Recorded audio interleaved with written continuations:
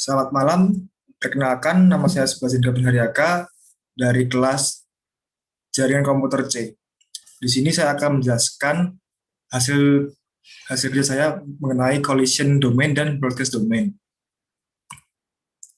Yang pertama saya akan menjelaskan tentang collision dan broadcast domain. Collision domain adalah kumpulan dari perangkat local area network di mana frame dapat bertabrakan satu sama lain pada media yang sama. Sedangkan broadcast domain secara umum dapat didefinisikan sebagai semua device atau perangkat yang dapat mengetahui sinyal yang berasal dari perangkat network tertentu yang berada dalam satu segmen. Nah, di sini yang pertama kita disuruh untuk menentukan collision dan broadcast domain. Untuk ini yang dilingkari merah ini adalah collision domain.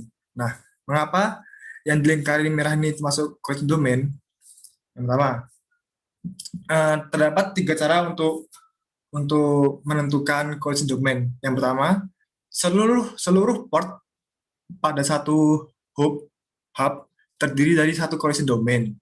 Yang kedua, setiap port pada switch terdiri dari satu collision domain. Yang ketiga, setiap port pada router terdiri dari satu collision domain. Nah, di sini kita lihat yang pertama ini, hub dengan port. Ini termasuk satu karena dalam ketentuan cara untuk menentukan hub itu berapapun port yang masuk dalam hub itu dihitung satu. Nah, ini berarti masuk ini satu, ini juga satu. Lalu ada setiap port yang masuk dalam switch itu dihitung satu. Ini ada access point ke switch satu, server ke switch satu, router ke switch satu. Dia kan itu sama seperti yang kiri, dan ini router dengan router dihitung satu juga. Jadi terdapat 9 collision domain. Nah, yang kuning ini termasuk broadcast domain. Mengapa? Broadcast domain tersebut tuh dipisahkan oleh router. Jadi setiap yang masuk dalam router itu termasuk segala port yang masuk dalam router dihitung satu. Ini routernya sini. Nah, yang masuk di router kan ini kan switch, hub, masuk dalam router semua, dihitung satu jadinya. Begitupun juga di kanan juga masuk dalam router semua. Lalu router dengan router juga termasuk termasuk broadcast domain. Jadi terdapat 3 broadcast domain. Seperti itu lebih mudahnya. Lalu lanjutnya kita disuruh untuk menentukan topologi. Nah, di sini terdapat 2 topologi yang saya temukan. Yang pertama adalah ada topologi star dan topologi bus. Nah, topologi star itu lebih gampangnya tuh, dalam pengertiannya tuh hub atau switch menjadi pusat dan terhubung antar komputer. Bisa kita lihat berarti dia termasuk ke lingkaran yang biru yang ini. Nah, ini kan terdapat hub, kan cabangnya itu ada komputer. Kenapa nggak switch? Karena cabangnya bukan komputer, seperti itu. Nah, ini juga di kanan juga ada seperti itu. Nah, kalau bus, kita bisa tahu menentukannya dengan melihat pengertiannya saja.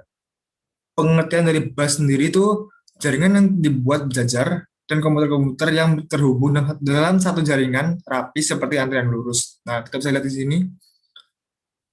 Ini ada jaringan jajaran, terus lurus gini, terus ada cabang lagi komputer-komputer seperti itu. Nah, selanjutnya kita akan membahas tentang kelemahan dan kelebihan antara kedua topologi tersebut. Nah, yang pertama, kelebihan topologi star.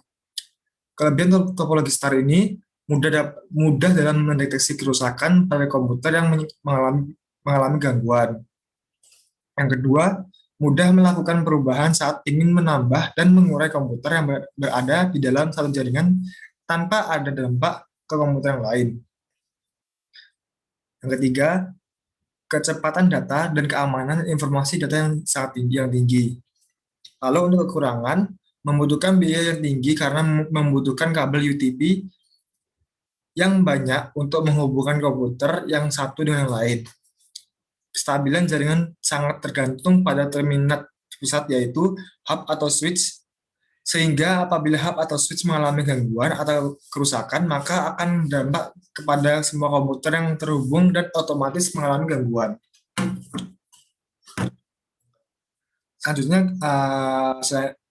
Selanjutnya, tentang topologi bus, kelebihannya sendiri itu yang pertama, menghemat biaya pemasangan karena menggunakan kabel yang sedikit. Kedua, rangkaian jaringan rapi berjajar. Nah, untuk kekurangannya, sangat sulit untuk mendeteksi gangguan yang terjadi pada jaringan sehingga susah untuk ditangani. Yang kedua, jika terdapat satu komputer yang gangguan jaringannya, maka semua komputer akan mengalami gangguan juga. Yang ketiga, sering terjadi antrian pengiriman data karena data yang ingin dikirim harus melalui komputer ke komputer yang dilewati terlebih dahulu. Yang keempat, jika jarak antar komputer terlalu jauh ke komputer lain, maka harus dibantu dengan repeater. Nah, faktor apa yang diperhatikan dalam pemilihan topologi jaringan? Yang pertama, biaya. Maksud dalam biaya ini, sistem apa yang paling efisien yang dibutuhkan dalam organisasi. Yang kedua adalah kecepatan. Sampai sejauh mana kecepatan yang dibutuhkan oleh sistem. Yang ketiga, lingkungan ini paling penting nampaknya. Misalnya listrik atau faktor-faktor lingkungan yang lain yang berpengaruh pada jenis perangkat keras yang digunakan. Yang keempat, ukuran.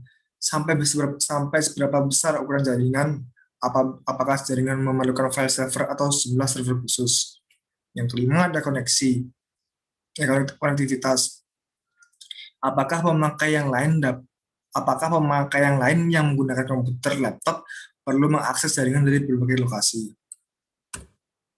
Sekian dari saya. Apabila ada kurang lebih, mohon maaf. Selamat malam. Terima kasih.